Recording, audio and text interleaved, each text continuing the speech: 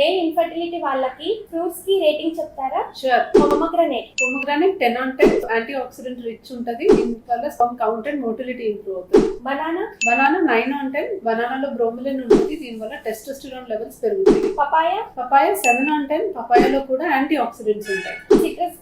Citrus fruits చాలా మంచివి. So మనకి బత్తాయిలు కానీ, ఆరెంజెస్ కానీ, లెమన్స్ కి కానీ వీటిలో మనకి యాంటీ ఆక్సిడెంట్ ఉంటుంది. స్పర్మ్ మోటిలిటీ కౌంట్ రెండు ఇంప్రూవ్ అవుతాయి.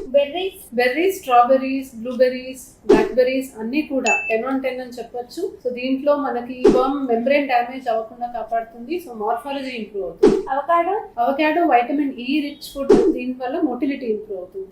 గ్రేప్స్ ఎస్పెషల్లీ రెడ్ గ్రేప్స్ లో రెజర్వేటాల్ ఉంటుంది. 8 on 10 రెజర్వేటాల్ వల్ల టెస్టోస్టెరాన్ ఇంప్రూవ్ అవుతుంది. వాటర్ మిలన్ లో వాసోడైలేటర్స్ ఉంటాయి. సో 8 on 10 దీనివల్ల ఎరెక్టైల్ డిస్ఫంక్షన్ ఇంప్రూవ్ అవుతుంది. కివీలో వైటమిన్ సి ఉంటుంది. వైటమిన్ సి వల్ల మోటిలిటీ ఇంప్రూవ్ అవుతుంది. 8 on 10.